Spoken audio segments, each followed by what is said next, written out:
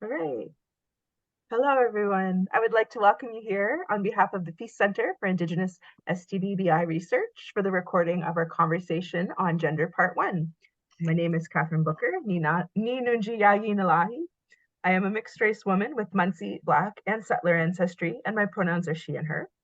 I have the privilege to be the research coordinator for the Feast Center, and I'm calling in today from the territory where McMaster is also located, the Dish with One Spoon Wampum Agreement territory. And I'd like to acknowledge that the reach of this conversation series is from sea to sea to sea here on Turtle Island, as we are a national center. So you may be listening in from anywhere. I am here today to be your facilitator for today's conversation exploring gender and to listen to the stories and experiences of our invited speakers. And Ashik for joining me here today as our audience. As always, please put any questions you may have as you're listening to our conversations into the chat box or the Q&A. Will Gooding, the National Director of the Center here, is going to be our lovely moderator. Please ensure that your microphones remain muted while our speakers are sharing with us today. In the context of this conversation series at the Feast Center, we certainly value your participation and support for events such as this, and we welcome you to follow us on our social medias, such as Facebook and Instagram. The Feast Center also has a host of resources that are open to the public, and you can find us online at www.feastcenter.mcmaster.ca. And somebody has opened a whiteboard. Thank you. I would like to invite Elder Sheila Nyman to open our conversation event today, and I'm going to pause the recording. Thank you so much, Sheila, for opening our conversation today. And our conversation today is on gender. So I would like to just give us a little bit of an introduction, and then I would like to invite our speakers today to introduce themselves. So sex and gender are central concepts in health research. The Canadian Institutes of Health Research situates gender as a priority research area, saying that there is significant evidence to demonstrate that biological and social differences between men, women, boys, girls, and gender diverse people contribute to differences in their health. Sex or biological attributes and gender sociocultural factors influence our risk of developing certain diseases, how well we respond to medical treatments, and how often we seek health care. Accounting for sex and gender in health research has the potential to make health research more rigorous, more reproducible, and more applicable to everyone. Gender refers to the socially constructed roles, behaviors, expressions, or identity of people. It influences how people perceive themselves and each other, how they act and interact, and also the distribution of power and resources in society. Gender is usually conceptualized sometimes as a binary, as girl, women, boy, man, yet there is considerable diversity in how individuals and groups understand, experience, and express it. Many worldviews include a gender binary, and diverse gender expression may fall under umbrella terms such as two-spirit or non-binary. So we are here to expand and explore tensions and understandings of gender from an Indigenous perspective and worldview today. So I would like to invite our three speakers today to introduce themselves. Sheila, would you like to start?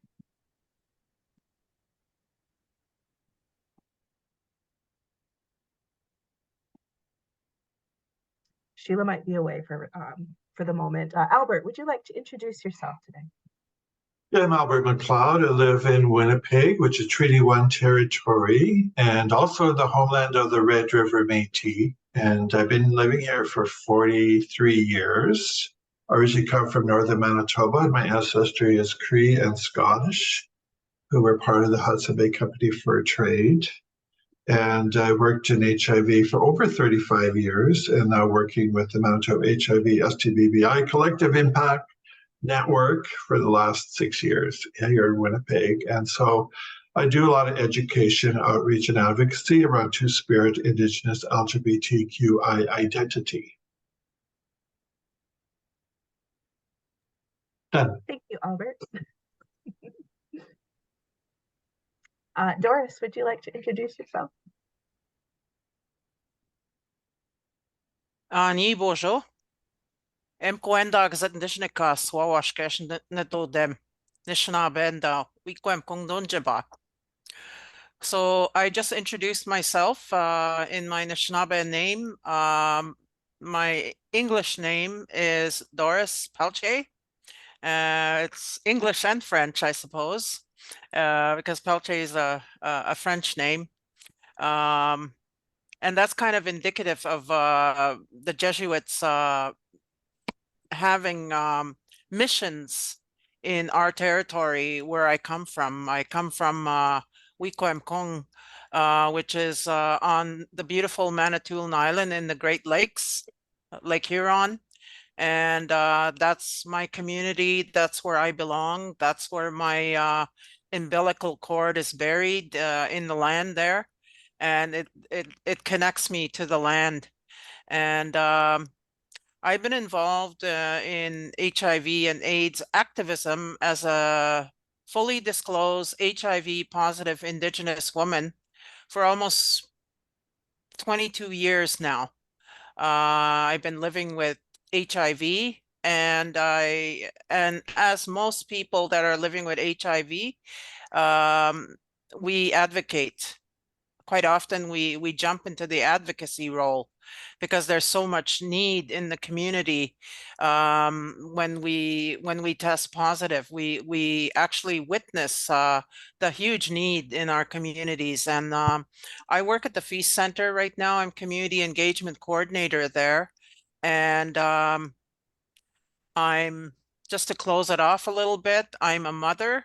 I have a son and a daughter, adults, and I have 9 grandchildren and 7 great-grandchildren.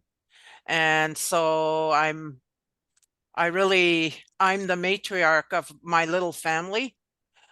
Since my former husband passed away, I feel like I'm the one that kind of that they reach out to and all the time. So I'm very protective of my little family, and so that's about it for me, Miigwech. Thank you, Doris. Sheila may be away from the microphone right now, but when she returns, I will ask her if she would like to reintroduce herself for the group for the recording. As a research organization dedicated to Indigenous STBBI research, gender is a concept that we want to explore through our human experiences, the stories of our elders and knowledge holders, and traditional teachings. Through our conversation series, we seek to draw out and enrich gender discourse through the unique Indigenous perspectives, knowledges, and experiences of our speakers here today. I would like to recognize that this is an ongoing conversation, and we are starting with this 2-part conversation with our panel of speakers, Doris, Sheila, and Albert, which allows us to extend and build on discourse, exploring concepts, tensions, and traditional teachings on gender and gender identity from our own experiences and cultural frameworks. This 2-part conversation is just the beginning of a longer and ongoing conversation to be had on gender in First Nations, Inuit, and Métis community. And we'd like to recognize that these 2 conversations that we have scheduled for October are missing key voices that we hope to include in future conversations in this series.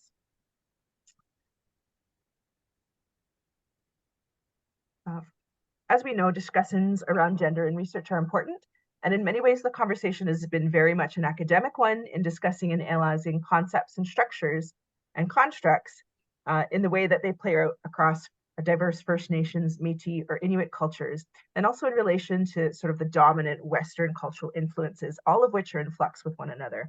Asking somebody, hey, how do you understand gender in your life? It's possibly not an easy question to answer. Given that this concept is so important to the research, one of our objectives of a conversation today and next week is to enrich gender discourse and build up an Indigenized understanding on gender that recognizes and holds up the places where there are tensions around gender and our roles. I wanted to open the conversation and ask our speakers to talk about their personal experiences of gender. Is there a moment in time that you have had to think about gender in different ways, and how has it impacted how you live and are perceived in community? And Albert, would you like to start? Yeah, for me, I was raised in the 50s and 60s in northern Manitoba. Fortunately for me, my family were fluent Cree speakers, including my parents and my grandparents. And as a little boy, cis male boy, I was, in the town, I was being socialized to be male, but, in my identity, I was sort of male female, and I appreciated feminine things as opposed to male things. And because my parents had that ethic of non-interference embedded in their language of Cree, they knew not to interfere with my path. So as young as 10, I began to sew doll dresses on my grandmother's treadle sewing machine, which is a very feminine thing for a boy to be doing in the paw.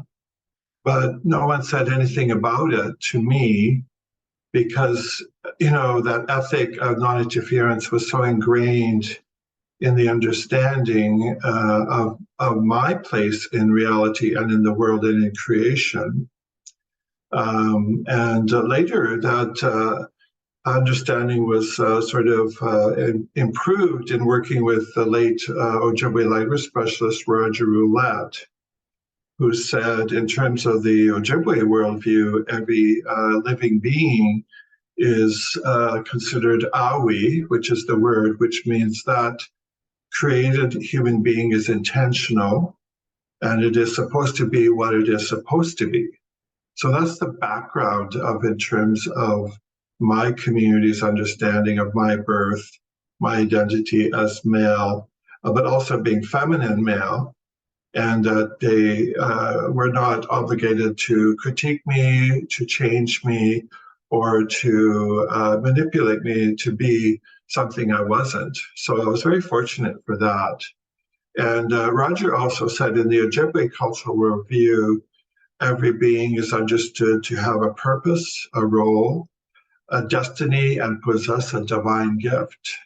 So it really shows that Indigenous people are very complex. The evolution of culture, identity, spirituality, and philosophy goes back over 20,000 years. And that sophistication is not well understood by Western academics or Western society, which is truly still invested in the binary construct, which is a tool of colonization. So that's sort of the dichotomy or the tension between Indigenous worldviews and that of mainstream societies. And so now I have, multiple identities. And for some Two-Spirit people, they generally present physically as can be, cis male. But in that identity, I also have 3 grandmother identities with 3 different organizations. So they also see me as an advisory, as a grandmother. And I am a grandmother too, a godfather, because I have an adopted godson who's 23 and 2 adopted granddaughters who are 12 and 13. And the granddaughters call me Granny Albert. And that's all they've known me in their whole lives as Granny Albert. So it really talks about the fluidity of gender identity in Indigenous histories, cultures, and traditions that are present today in contemporary society. And that's kind of the real struggle, is that as Indigenous people, we don't have to validate that because it's our history. And it goes back tens of thousands of years. So we don't need to apologize or explain it. It is the truth. And so that's the projective I work from in terms of the gender identity or sexual health or education and outreach. Sure.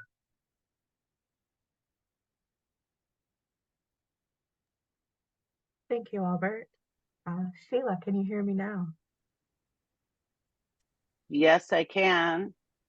Excellent. I would like you to, I'd like to invite you to reintroduce yourself if you would like for the conversation that's recorded. Great, I will do that. Yeah, I wasn't, I was thrown right off there. Took me a while to get my feet back on the ground after that. And I was not too comfortable to say too much about myself, but since we're all good now. So my name's Sheila Nyman.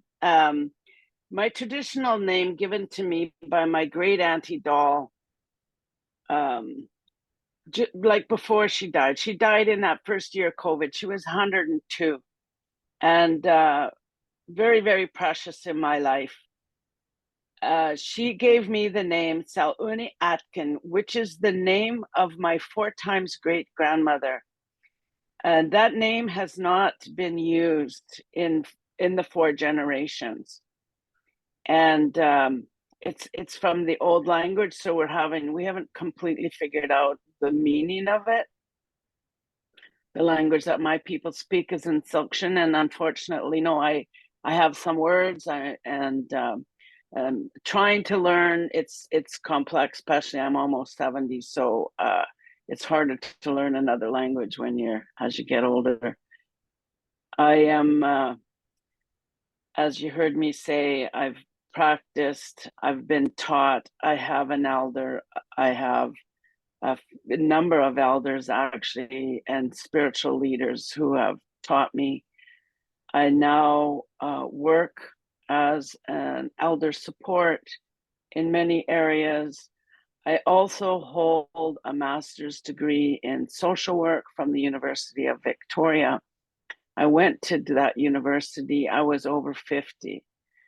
Because of my life as a foster child, and I ran just after I turned 15, I lived in Stanley Park. So my actual formal education was grade 7 for the longest time. Before I was 21, I had 4 kids. I joined the hippie movement when I ran, and there's many actual blessings in not being conditioned or being raised by one family. At one time, I felt really sad about that, and that I was broken and something was terribly missing. But really what has happened is that I didn't get conditioned. I didn't get, I was able to develop on my own. And as I heard Albert say, you know, as a people, we are left alone and we are allowed to grow and be who we are. Our people, and even in my nation, in our kin system, the children are watched by the elders. Their gifts are noticed, and then they are put in places where those gifts are nurtured, if that would be a hunter, or if that would be a healer, or if that would be a medicine person. Every person in the community had a purpose. Everyone was valued for what they contributed to the community. And I value that in that it allowed me to just be who I was through most of my life. In my family, there's many, many two-spirit people. In fact, pretty much every one of our family groups has, you know, back in the day, queers or funny bunnies is what was called, and it was just loved and embraced and accepted. I am a two-spirit woman. I have, in my early times of learning the spirituality, I went on the mountain. Went through 6 fasts. In my first fast, I came on my moon time. I had to come down the mountain. There was 5 other women with me. We trained for 1 year to do the fasting. And I was very, very angry about being in this woman body. And I believed that everything happened to me the way that it happened to me because of this woman body. And the elder who had us up on the mountain stopped me when she seen me washing dishes in the lake, really angry because that's all I was good for. And she made me sit down in my shawl and said, "You're on your moon. You treat yourself like you are in the moon lodge." And if I hadn't seen with my eyes and experienced with my being, the elder channel that moon energy that was coming through me for the purpose of supporting the women on the mountain, had I not experienced that, I would have thought, oh, that's a great story. But I actually witnessed her guiding the energy coming from Grandmother Moon through me to her and directing it right to where there was a storm coming. It was a lightning storm. It was the Okanagan. The rangers came and told us to leave the mountain. The elder said, no, we can't. We have people up there fasting. And if it looks dangerous, we will leave. What I saw the elder do, she had me sit behind her with my rattle in my shawl, on my blanket, rattling as she drummed and sang towards the clouds that were coming. She was drumming and singing. I was rattling. The power coming through me from Grandmother Moon was channeled to where I witnessed those clouds separate and go around the mountain where the woman fasters were.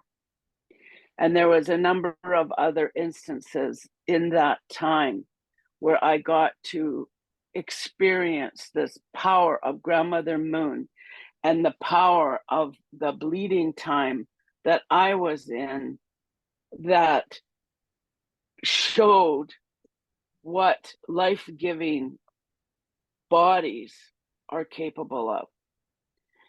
From there, my work began as working with women almost exclusively.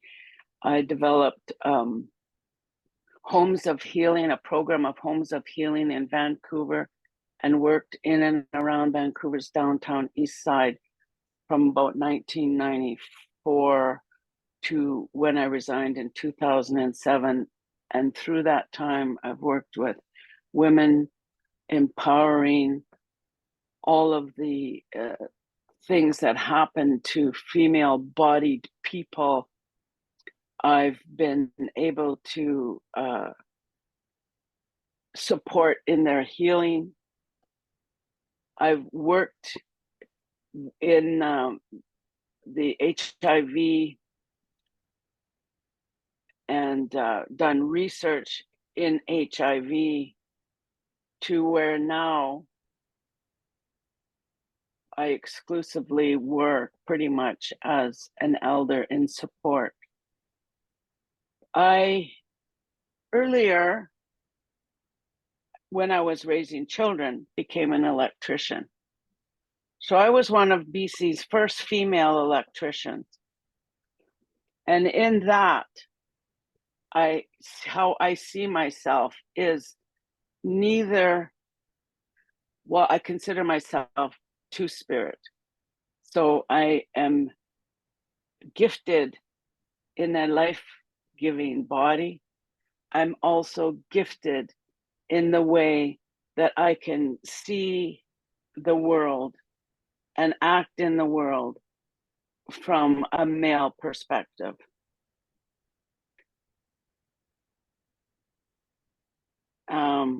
I don't know what else to say about myself except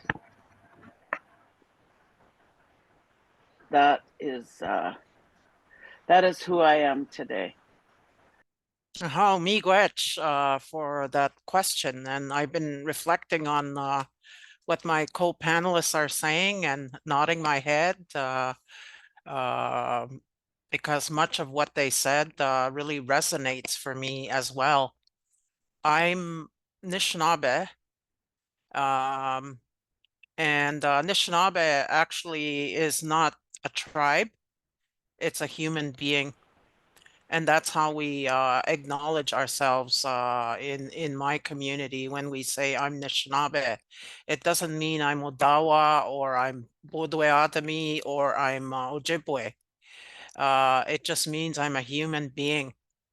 So our knowledge, Indigenous knowledge, is embodied knowledge. And by embodied, I mean that we learn from what we see and what we observe. That's quite often why people will say that we're visual learners. And I don't even like to use the word learn, because in the Anishinaabe language, there is no word for learn. And so it's a science, really. It's our science and our way of understanding how we take in knowledge. So for example, somebody might show me something. I'm shown something.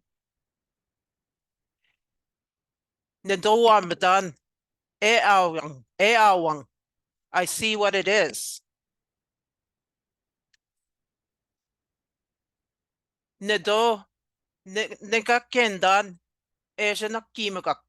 I figure out how it works.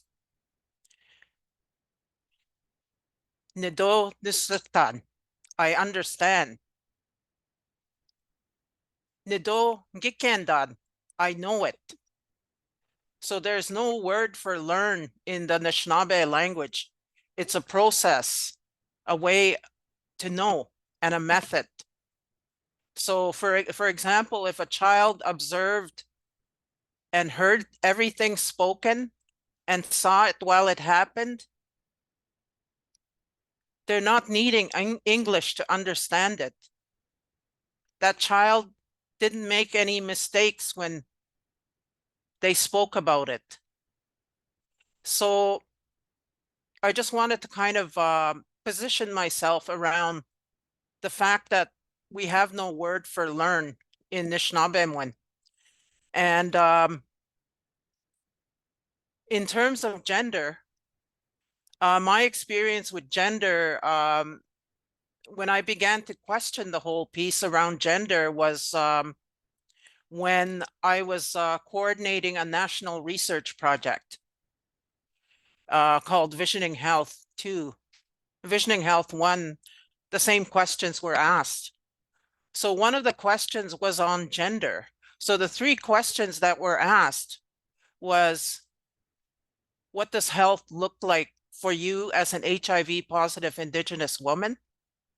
And how does culture support your health as an HIV positive Indigenous woman? And what does gender look like for you as an HIV positive woman? And that third question was very problematic for women to answer that question. And what happened when that question was asked of all the women was, what do you mean gender? I don't understand.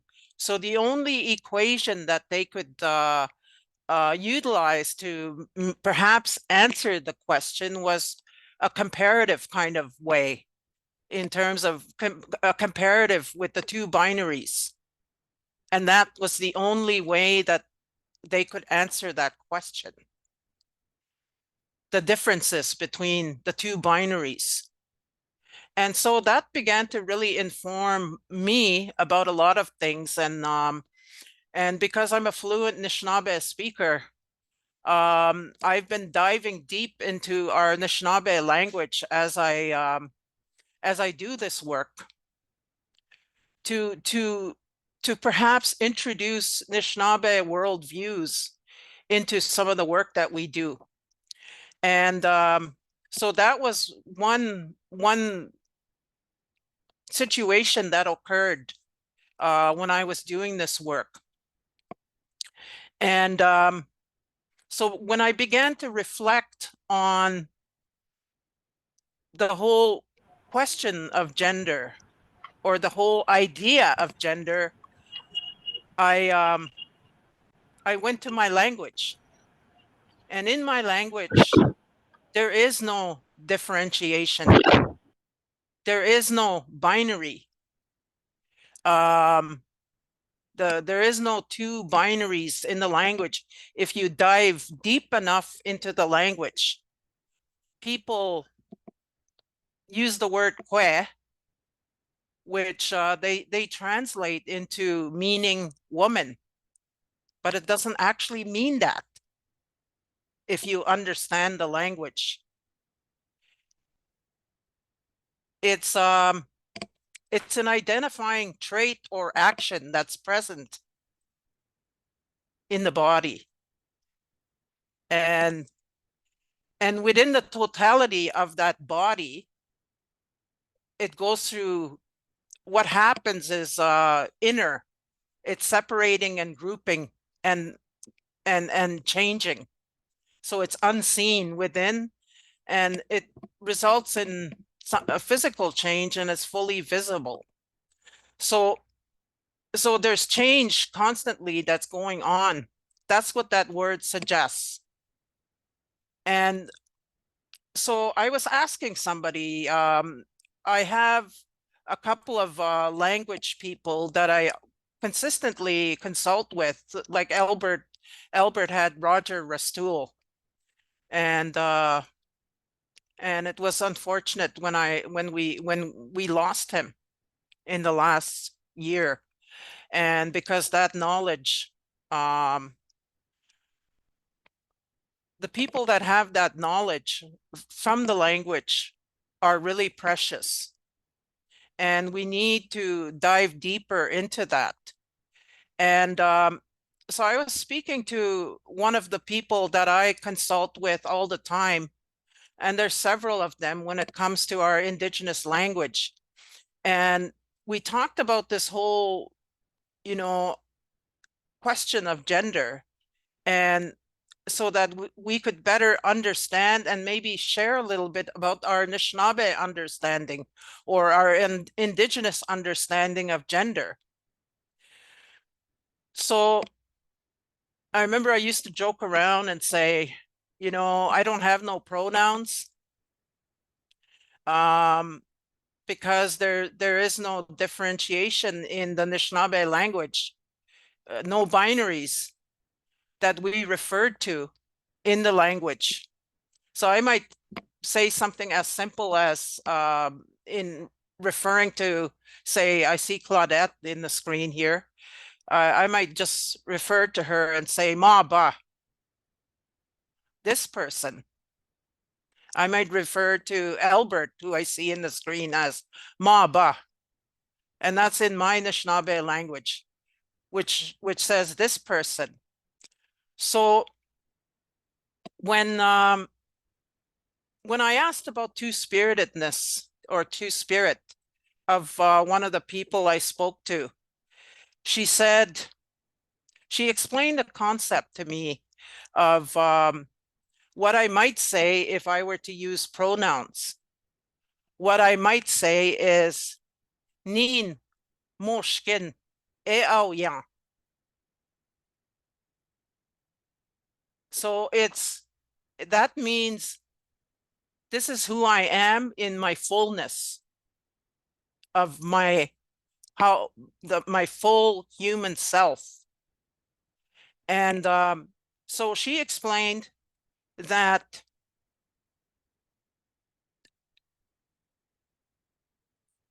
somebody, if you're referring to somebody else, you would say Ma ba moshkin e awet. So again, you're acknowledging the fullness of that human being. And I had some infographics, but this is a conversation series, and I do have some infographics of all of what I'm talking about. And so she said to me, this person that I talked to, this elder, said, Ma ba moshkin e awet. So there's change, there's constant change happening in who we are as people. From the time that we are born and we begin our earth journey, there's change that's constantly shaping who we are. And so one of the words that you might be able to use to encapsulate that wholeness of that human being is to say, Ma ba moshkin e awet. You're acknowledging everything about that person without judgment, without the stigma that we now see towards people that identify with different genders, that are gender fluid, that are two-spirit, that are trans. It's all encapsulated within that word, and nobody ever questioned it. Nobody would question it, much like what Albert said. When he said there was an ethic of non-interference, I nodded my head, because in our language, there is an ethic of non-interference in our language. There was an acceptance that came with that ethic of non-interference, much like what Albert talked about when he was growing up. And in the language, there is no stigmatic language in that language. And so that's the one word I want to share with you. So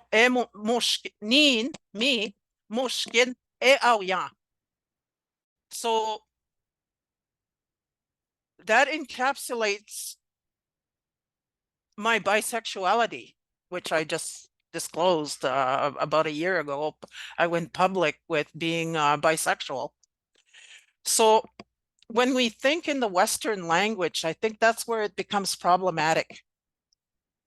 And I'm trying really hard to understand these concepts, and this is our Indigenous intellectual excellence that's in our languages. And so I just wanted to share that. So the last thing I want to say about Ma'aba, if I'm referring to Sheila, Ma'aba Moshkin Eawit. I'm acknowledging the totality of who she is and the third person in her being. And it was just accepted. An example of that, when I was growing up in my home community, in my home community, Panangi Nashnabim, that's all we spoke was our language. And I was fortunate to grow up hearing it and speaking it and observing the elders, because I was always surrounded by elders. And there was this one member in our community. There were several members actually in our community that in today's context would be considered two-spirit. But nobody shamed them. They were just part of our community, and they were accepted in our community way back 60 plus years ago, I guess, because I'll be 67 this year. So they were just expected. I remember they were just part of our community, and they had a role in our community. So there's roles that come with our understanding as well, that were accepted, and our knowledge is embodied. I hope at some point that I'm able to share some infographics to underscore, some of these concepts, and they're not mine. I'm learning from proficient language speakers. But they're sharing their knowledge with me, and I want to acknowledge Helen Roy Pelche-Fust for her knowledge. She's actually my sister. She was a residential school survivor who managed to keep her language, and I would say she's one of the most knowledgeable language speakers in my circles. And she used to teach at Michigan State University, and she came up with this sound-based method to understand the construct of language, I suppose, what each sound signifies in our languages. So I just want to acknowledge her, because she is one of the elders that I confer with and I consult with when I'm diving into the language. And I feel very honored to gain that knowledge. And so I just wanted to share that. I hope that was understood in terms of that one word. For me to say, Nin moshken e au ya. I'm speaking to the totality of who I am. It also includes all the changes, the changes happening throughout my life until now. And it was interesting because when she said, it acknowledges there's a totality of the third person in that experience, in that word. And so I just wanted to share that. And this is the first time I've ever actually done this, to dive into the Anishinaabe language and explore some of these conceptual frameworks, you know. And so that's all I'm going to share for now. Miigwech. Thank you for listening. Thank you very much, Doris. What you've shared has drawn out some of the tensions in understanding gender, particularly within your Anishinaabe perspective, but it draws attention to a larger tension, that there's a difference between gender identity and the way gender may be perceived across or within diverse Indigenous cultures, especially when Indigenous people don't have access to things like their language or cultural teachings on gender. And, you know, all of this exists within the context of colonial conceptions of gender that influence the way we think about these things, and, you know, the way we talk about and think about and maybe perform, you know, our gender identities. And all of these are influenced by these tensions. We could maybe consider it the juxtaposition of a rich cultural archive against the legacy of colonial influenced denial on gender identities or gendered identities, particularly in the context of two-spirit ways of knowing. I did want to circle back a little bit to the ways that we understand gender, and give Sheila and Albert the space if they want to talk about or how language and gender or gendered ways of being come from their particular teachings. Albert, you're muted. Yeah, you know, we are in a period of decolonization and reconciliation, and that's going to take time. But there has been some research or community consultations done going back to 1991 with the Aboriginal Justice Inquiry for Manitoba, the Royal Commission on Aboriginal Peoples in 1996. And they actually came to Manitoba and they approached the Two-Spirit group, and we told them what we thought, who we thought we were. And they said, thanks for the information, but they didn't understand it. So I'm not sure what was reported in the Royal Commission. And in those days, they were calling us gays and lesbians. And then we go into the TRC, which really was an opportunity to dismantle the binary as it was imposed through the dormitories, the male and female dormitories in the schools. And unfortunately, it didn't really have that impact that I had expected. And I believe it's because, you know, after 160 years, you don't have an alternative to the binary. So intergenerationally, a lot of that generation of adults didn't have an alternative because it had been erased or taken away from their consciousness, from the community structures. So they didn't mention much about, you know, multiple gender identities, or the fact that the dormitories were actually the physical manifestation of the imposition of the binary male and female gender onto Indigenous psyches. Then we move into the Murder Missing Indigenous Women and Girls Inquiry, which did more of leveraging that opening of that doorway to draw on pre-colonial constructs or ideas about gender construction or social norms with regard to men and women and two-spirit people. And I think at the outcome of that, it really is saying, and when we decolonize and reconcile for Indigenous people and Canadians generally, we need to welcome back to us LGBTQI people into our systems, our governance systems, because we know the binary is not working. Right? Look how violent it is. Look at the racism, misogyny, violence happening around the world, but also in North and South America. That's the colonial legacy is greed, privilege, and power, upheld by the binary. And when you introduce a third player, it diffuses that power and privilege, and people have to renegotiate that communication about what does it mean to be human? What does it mean to have access to resources? What does it mean to have governance and authority? So, we still have kind of a legacy here in Manitoba. I just saw this training for youth in the North around male and female rites of passage.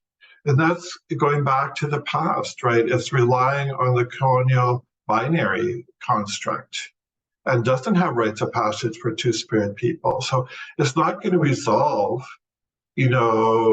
sexual issues or STBBIs or pregnancy because they're not including the voice of two-spirit people. It's going to maintain that discourse that it is the tension between men and women. And, we do a terrible job at educating or training people about negotiating for safer sex, right? And that's why we see HIV and STB increases in our communities is because, it's still that binary power struggle that happens between men and women. And with the inquiry, they introduced that third voice that needs to be there because it's going to change the conversation forever. It needs to change forever. It's not about upholding colonial binary anymore. And that's why we do these inquiries to change the way we live. And it's just not something to read, it's something to enact and live by. So we're still slowly in that process of understanding this and moving so that there is inclusion, so that the dialogue changes forever. Thanks.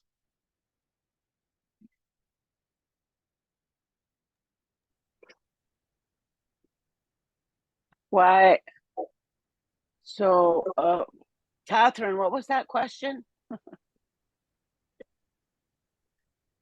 Can you speak to teachings that come from your language about gender or gendered ways of being?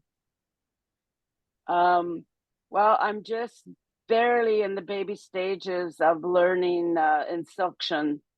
However, I believe that we carry a lot of knowledge way beyond what is in our imagination, in our blood, and that we have a knowing. And therefore, in my nation, I'm very aware, and was even young as a young person, except for the years when I was stolen or and exposed to heavy Christianity. Like, it was very terrifying, actually, the foster homes that I ended up in, which totaled 7. That sex is about a body, that our sex is the biological parts that we're born with, or the physical body we're born in. And then gender is the roles and the roles that we play. And I think there's still so much to be discussed, and there's so much laying in our blood and in our wisdom places somewhere, that the more we conversate about this, the more clear it's going to become to all of us. I know that in my nation, even like when I go home now, and even in my family, there is two-spirit people queers. I never ever called myself a lesbian. I always referred to myself as queer. That always felt more comfortable to me. And I live as a queer woman.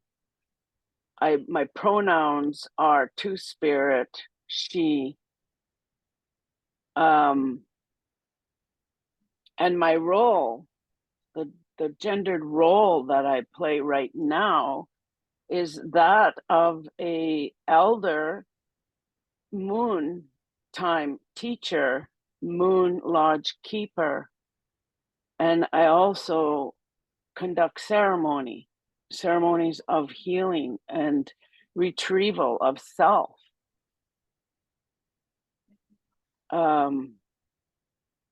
My partner is Navajo, and I know that in her nation, there's more than 6 genders that they identify, and there's possibly more. And, you know, across Turtle Island, many of the nations have various numbers of genders that they identify. So it's still for me, and even though like right now I'm working with the Institute of Gender Health with CIHR, and which includes boys, men, women, girls, LGBTQIA plus people, like all humans is what that means, our health. And I still, you know, am exploring, okay, exactly what is gender. I don't like to feel uncomfortable about being a woman positive. And it's sadly, there's been times when I have kept my silence because I don't want to offend someone. However, my work with women who have experienced all their lives extreme forms of violence and rape, and their children being taken. We have our babies and then we raise them in fear of someone taking them. That was my life. I was terrified all the time that someone was going to come and take my kids. And you know, that makes a person or forms a person to be a certain way in the world. We have to navigate the world in a different way given those fears that surround us. And when I worked with the women in the healing houses, they all experienced some form of violence, some form of I'll just leave it there with violence because of their sex, so their biological body. Sadly, some of the women who are murdered and missing are women that I personally know and I worked with. Some of them were found on the serial killer's property, and you know, exclusively, I worked in the Vancouver's downtown east side when we started realizing there was a serial killer.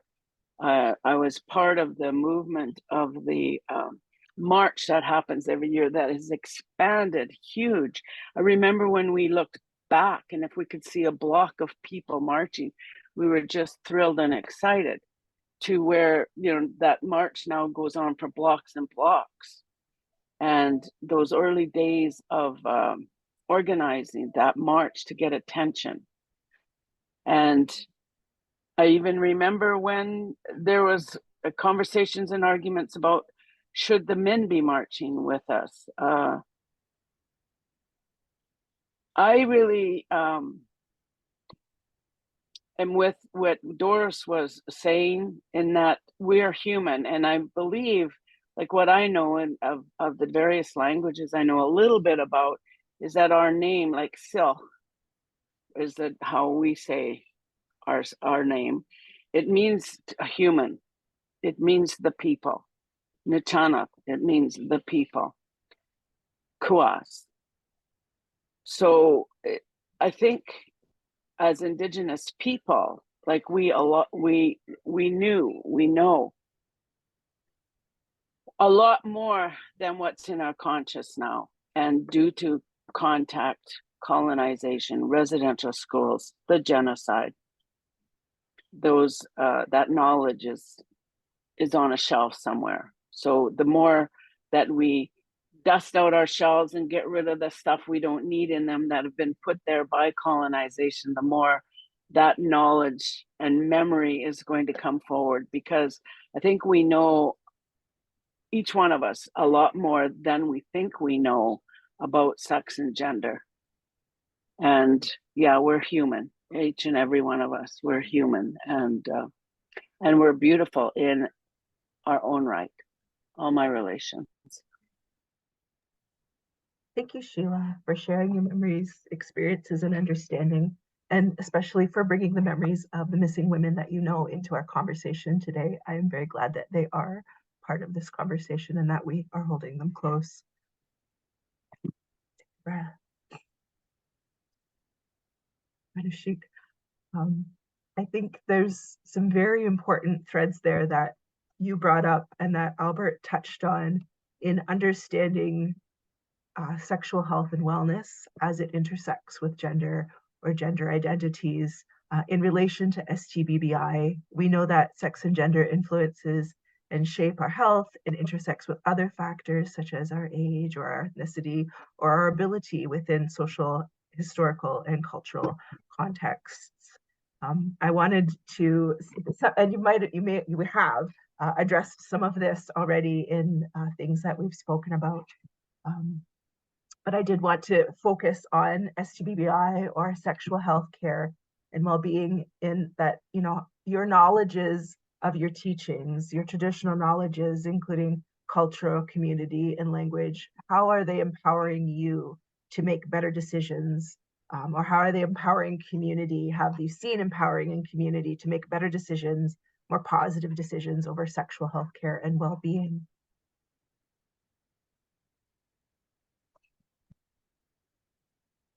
Maybe.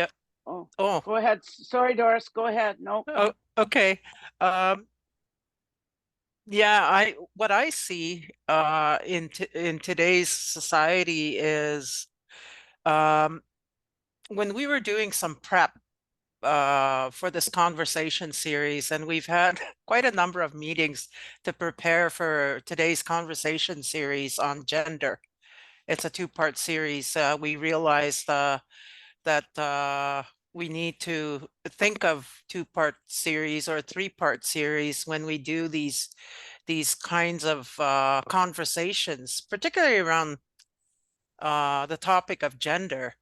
And so one of the things that I have learned from working with elders is, you know, one of our feast elders said quite a while back that our knowledges are still intact. We just have to clear away the brushes, the overgrowth on those knowledges. And in terms of, and we also learn by observing. I'm very good at observing people and communities and actions that are taking place. And my observation of the Two-Spirit community is they're leading the way. They're claiming, they've reclaimed that knowledge that was maybe had this overgrowth in it. And part of that overgrowth, we discussed it the other day, part of that overgrowth is, you know, the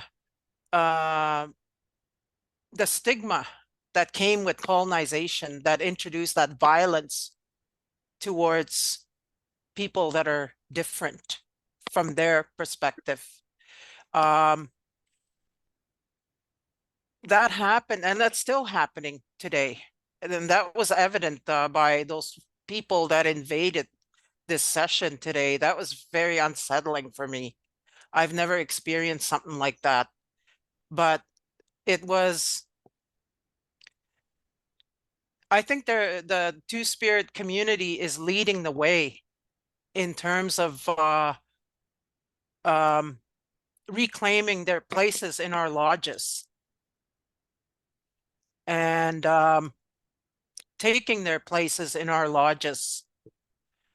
Because from what I've seen and from what I've observed in the almost 30 years I've been walking alongside the Two-Spirit community, is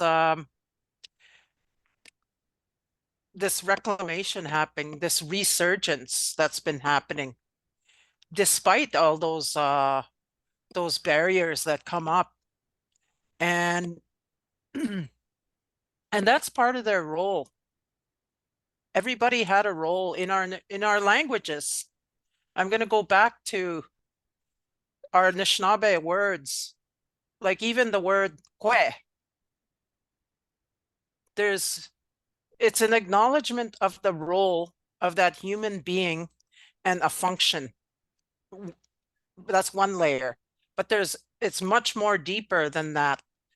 So so everyone had a role in our community, and I lift up my hands to the Two-Spirit community in terms of leading the way, leading us along, and causing some of us that maybe have the language to to look for, to dive deep, to look for those understandings through Indigenous lens. And so I don't know if I answered the question. I thought I would answer it because I have to leave in about 7 minutes. I have another meeting to go to, but I thought I would jump in. Sorry, Sheila. No worries.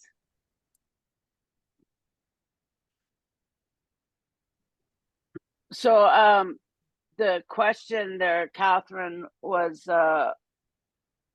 if I get it right, how understanding or acknowledging gender, how that affects our healthcare, how we care for ourselves in health. Is that close? Having your teaching and knowledges, maybe in culture, community, or language, empower people to make decisions for their sexual health care and well-being. Okay, so for me right away, because I worked so long in the houses of healing, and why it was based on my own red path, my own journey of health and wellness, and coming back or in coming to who I am. A lot of that, plus Indigenous teachings and ceremony, was the basis for those houses, and they were houses for women specifically, and also trans women. So the basis of that healing program was that each and every single one of us have the ability to heal. We are born with the recipe we need in order to conduct our healing. What is needed is an environment that's conducive to us conducting it. So that, I realize, brings us back to being human and having the basics. Like, rather than sleeping under like the Georgia Viaduct or on the streets and wet and cold and hungry, into a home that is warm, where you hear voices in the morning speaking softly, where you have a routine and you get up and you wash your face, and there's food there, and there's comfort there, and there's warmth there. Over time, just that alone, taking care of the body, taking care of that nurturing, brings us back to remembering that we're human. And as soon as we remember that and feel that and allow that to come in, and we feel good each and every day, then we want to nurture and heal. So we find out things about our health. The houses that I operated, one of the first things after kind of like coming back to themselves, the women were encouraged to look after their health, like get their testing done, find out what it is that they needed by way of health, because out on the streets and out basic survival, that's what you're doing. You're not taking care of health. So that was one of the bases as well in those houses. And so that's it. When we remember to love ourselves, when we remember that we're human, and when we get to feel love like we did when we were held by our mothers or by someone who loved us as little babies, when those memories come back and we feel that, we will seek to get the rest of our health stuff taken care of, because we love and respect ourselves. But we don't do that automatically. When we're treated really badly, when we are experiencing trauma on a daily basis, when we are beaten down, when we are oppressed, we come to a place where we believe that's what we deserve, and that's all we deserve. So it's about experiencing something different. All my relations. Thank you, Sheila. Albert, did you have anything to add? Yeah, I think, the I Don't Know More movement 10 years ago was really one of that for Indigenous women on reclaiming power and place, which is actually the title of the national report on MMIWG inquiry. And these sort of grassroots movements are really about this, breaking through all the misinformation, stereotypes, anti-Indigenous racism. And, during COVID, a lot of Indigenous women began to do beadwork, and then they made ribbon skirts. And that is a part of, independence, cultural identity, artistic expression, liberation, right? And I see, the ribbon skirt as kind of a form of contraception, because it changes the conversation with the potential partner, right? And so those kind of responses, not just to HIV pandemic, but now with the COVID pandemic, that we've adapted, we've changed, is really identifying how people have adapted and changed, are really strengthening those approaches. So I think, how people manage to survive the psychological and mental isolation and impact of COVID really is a track that we can follow and empower and encourage as we move forward in research, especially around, gender identity or sexual health. Thank you, Albert. So we have just a little bit of time left. We do have a question from our audience, and I'm going to read it out, and then I may ask the asker to speak to it if they would like. Sienna asks, in knowing that Indigenous cultures acknowledge a spectrum of gender experiences and identities, I am interested in knowing if panel members, knowing the panel members' thoughts on the term two-spirit as possibly enforcing a colonial understanding of gender existing as a binary. Yeah, I think, I'll talk about that, because I was there in 1990 when it happened. And I think, when a lot of times we encouraged for our children to get their spirit name. And Roger Roulette had said, the reason for Indigenous people to have spirit names is we draw upon the natural world, the spiritual world, for a guide for ourselves, for our children, to walk with us through creation, this physical life. And that guide will help us, protect us, but also that guide will be with us for our whole life, so we're never alone, right? So that was the purpose of having a spirit name.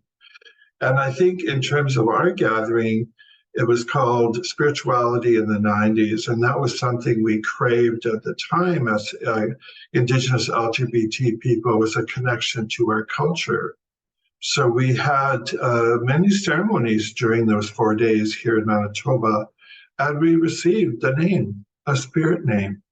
And I think generally, because we're very urbanized people today, and our principal relationship is with other people, which was not historically how Indigenous people related life or experienced life. Their primary experience was with the natural world and hunting and fishing and gathering.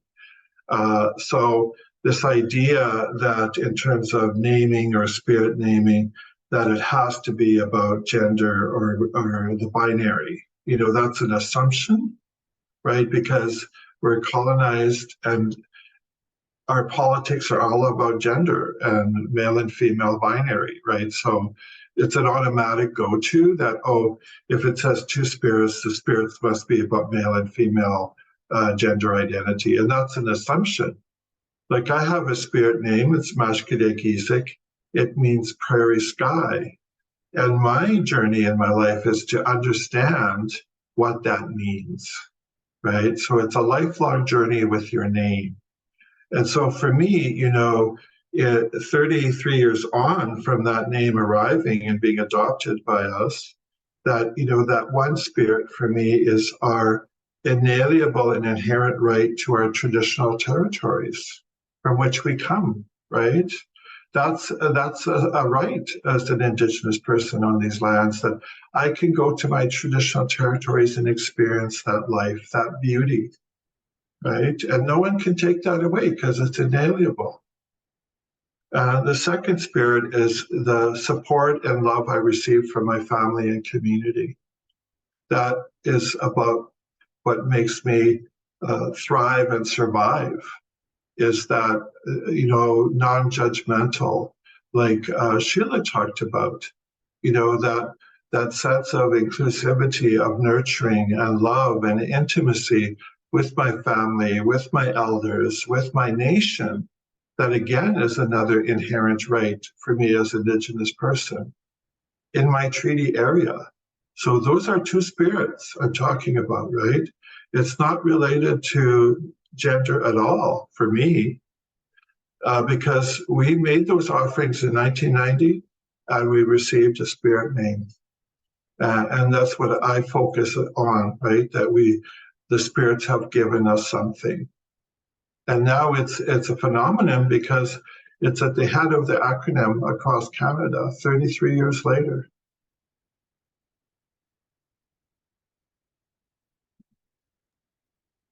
Doris or Sheila, did you want to add to that? I think Doris is gone. Sheila? I'm still here. Oh, I really love what you said, Albert, because those spirit names really are important.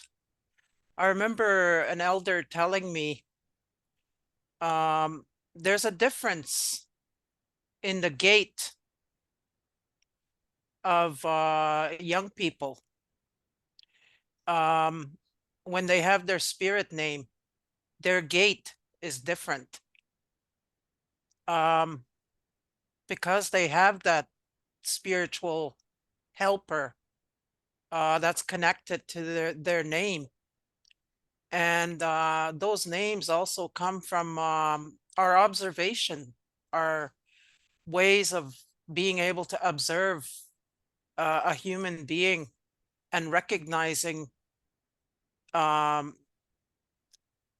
what name emerges from knowing who they are. And I have to go to another meeting, but I'll see you in Gender Part 2. Thank you, everybody. Thank you, Doris, Sheila, and Albert. Yeah. I'll just, I'll just be really quick about the Two Spirits name. And I have to say that I love it. I loved it when it came out. I loved embracing it. I still do, because I felt like there was a place for me to land, and it was my people surrounded me. And it's a name, non-Indigenous people, queers, what have you, cannot use that Some have, and I've had conversations about that. That's ours, and it's our family. And like Albert says, it doesn't have to be, it isn't a binary. Spirit is spirit. Spirit is energy. And when you ask about our names for God in all of our languages, many of them, what are the words? There's different words, but what it actually means, it's not an identity. It is not an entity. It is not a man standing there or a woman standing there. It is all. And that is what God, that is what spirit is. It's everything. It's like all my relations and my connection to all of creation that surrounds me. And so two spirit fits and feels really good. And I think that since that name, like Albert says, it's now right in the beginning, 2SLGBTQQIA+, all of us. And we have our special place because we are special people. We're the first people of this land. Our ancestors' energy, their blood, their bones is in this land, and it's part of us. The land lives within us as Indigenous people. All my relations. Thank you, Sheila. Thank you, Albert. Thank you, Doris, even though I know she's not here. So in conclusion, as Indigenous communities continue to assert cultural knowledges and sovereignty, conversations such as ours today work to uphold and explore traditional understandings of gender and sexuality, particularly in a relation to the land, Sheila, including spiritual, physical, emotional, and mental connections grounded in the knowledges of our elders and in relation to each other in community. The objective of these conversations is not to uphold a particular view or come to conclusions, and we are recognizing that this two-part conversation is only a small part of the rich discourse that includes many diverse Indigenous voices. So I invite you to join us for our next conversation on October 19th at the same time with the same wonderful speakers, where we will be talking about two-spirit organizing in community and our Indigenous aunties. And I will be ending the recording here, and I invite you to stay with us so that Sheila can close for us. Nushik.